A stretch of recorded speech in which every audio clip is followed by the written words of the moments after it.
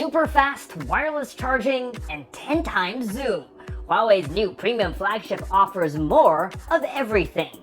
But should you spend 1,400 euros on a phone without Google services? About a month ago, Huawei announced its 2020 flagship.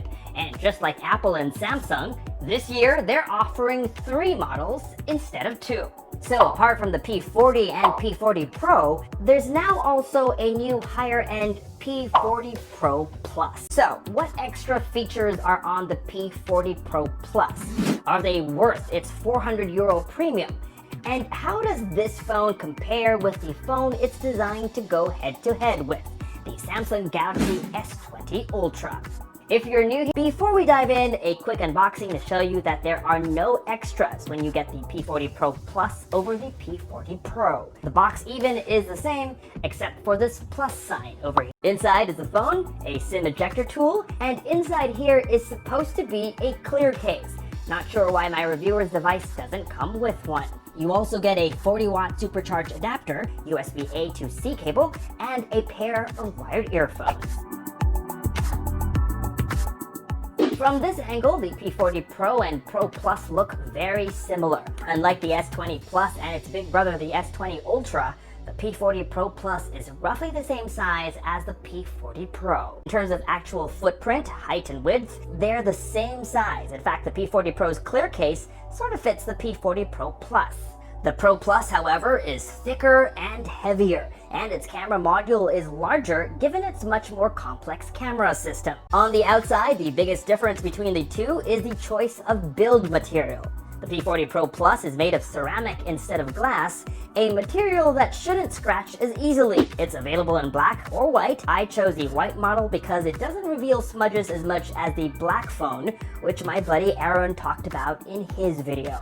On the inside, it has double the storage capacity, 512 gigabytes in total, and support for 40-watt wireless charging. Otherwise, it's the same phone, with Huawei's most recent Kirin 990 5G processor and 8 gigabytes of RAM, a 6.58-inch OLED display with a 2640 by 1200 resolution, and a 90 Hz refresh rate. It shares the same 4,200 mAh battery as the P40 Pro, and in my time using the phone, it lasted just as long, about a day and a half on a single charge. That said, it does get one new feature, support for 40-watt wireless supercharging, which will deliver charging speeds that are as fast as if you were plugged in. In my tests, over 50% in 30 minutes, 90% after an hour, and 100% in 1 hour and 25. Wireless charger has 2 coils, up here and down here, which means you can charge your phone vertically or horizontally. A light on the bottom of the charger indicates charging status. Because fast charging generates a substantial amount of heat, there's a built-in fan and vents on the bottom for better heat dissipation. But the optional wireless charging stand will cost you extra. The P40 Pro Plus has 5 rear cameras.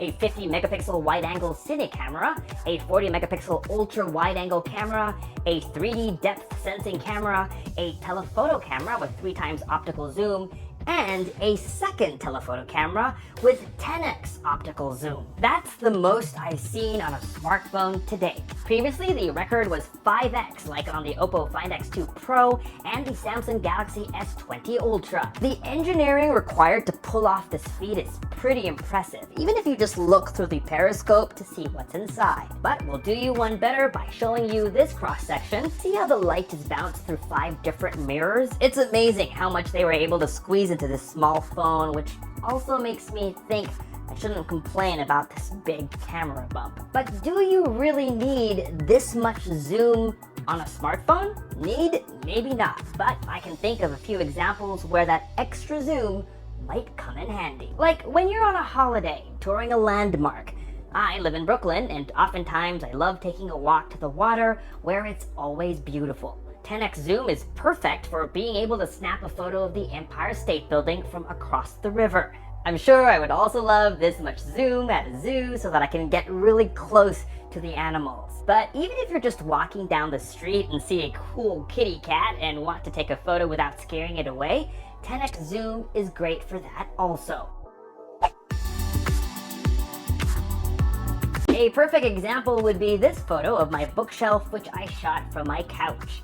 Notice how the book titles are sharper, how the details on my agate bookends are more evident, and then down here, the fibers on my Mega Yarn Yoshi amiibo.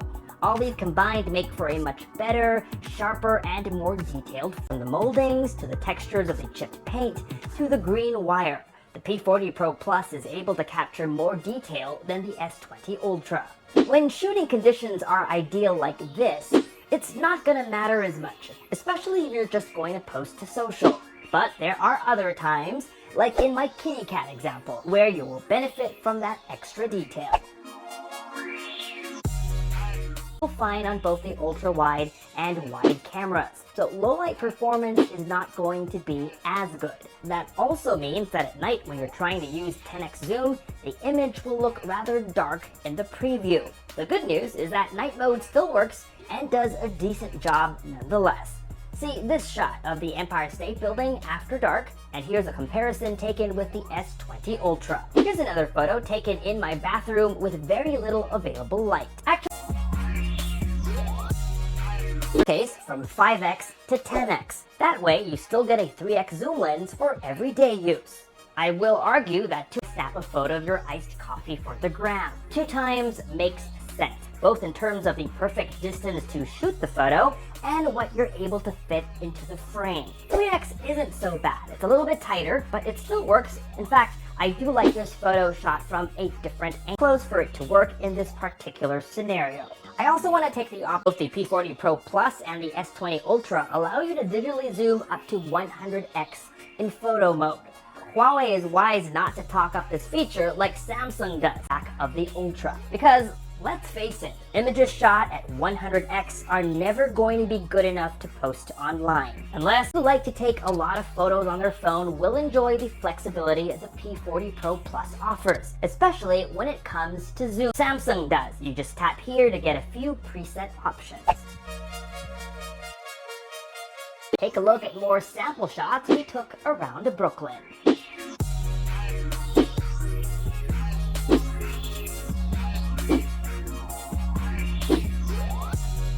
I will say that I would love it if the ultra wide angle lens were wider. I took the subway for the first time in a long time the other day.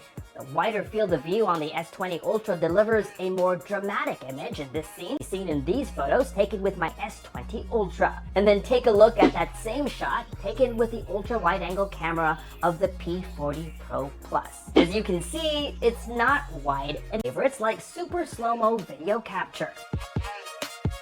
Of course, it goes without saying that low-light photo performance is top-notch. Even without night mode, the P40 Pro and P40 Pro Plus deliver excellent photos. For example, I wanted to shoot this moody, artsy shot of the Brooklyn Bridge right after sunset. Everything looked great during the preview, but when the phone worked its software magic, it brightened the eyes during the day. Because the P40 has a tendency to brighten shots, parts of a photo that might be light blue, or light gray, or light tan all turn out white. And sometimes, this leads to what might look like blown out highlights, as can be seen on Chai's arms in this photo. Finally, the P40 Pro Plus